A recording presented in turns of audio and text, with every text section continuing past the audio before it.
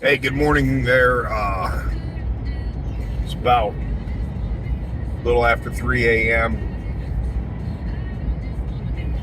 But wanted to jump on here real quick and again apologize for the stall out of the channel.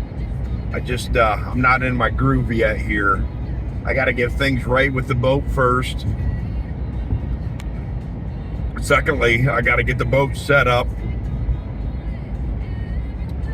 to my liking out there, which means I got to get my electronics and stuff like that dialed in, and then we can start getting into it. But first and foremost, I got to get through this these boat hiccups, and I hopefully fully expect we'll call it a full boat recovery here in the next week or two.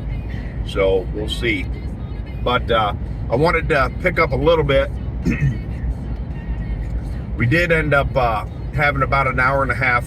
Some of you probably saw some video yesterday on how we did Saturday. We fished for an hour and a half in the Detroit River, and I don't think that I was like totally detailed or gave out enough information for the rest of you. I apologize too if you can't see me in this video very well. Like I said, it's 3 a.m. and I'm on the road already. But so get to the Detroit River. We were in some shallow flats. Water was 58 degrees.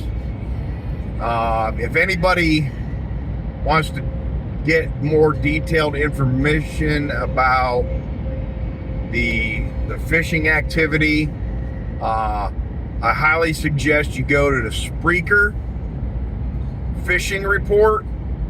And if you go and say like the Spreaker bass fishing report for Detroit River or for Lake St. Clair, that'll pop up, and it almost gives you an up-to-date, well, it doesn't almost, it gives you an up-to-date report on what the fish are doing that day, the weather report. It's actually really detailed. It's pretty cool. But anyway, we were in shallow flats in the Detroit River, put in at the state park there. Wasn't really too far from the launch. Literally, we were in 2 foot of water, 2 to 3 foot of water. Really wasn't up against the bank.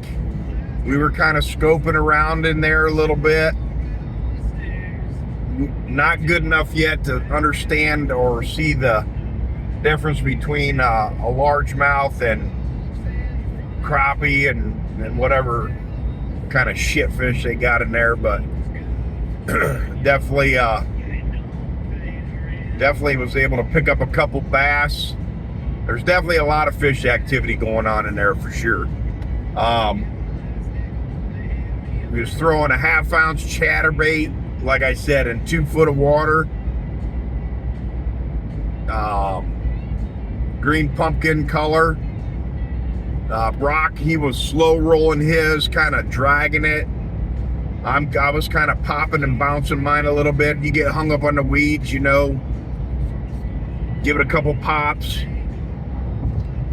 You know, pretty good pops there. One, to get it loose. Second, to knock off any weeds or whatever that remain on. Because you can't believe those bites that happen, especially with a chatterbait when you're ripping it through the weeds. Those bites actually happen when you get hung up, and when you go and pop it off and you pop it again. Those 2 reactions right there will trigger strikes. And it's very true. Very seldom do I ever pick up a largemouth on a cast and slow retrieve, or, you know, if you're burning it, yeah, you'll pick them up like that too, but it's a reaction strike bait. So it triggers strikes. But I just wanted to get a little bit more detailed info out there as to what we were doing and how we were doing it. So the fish are definitely on the move.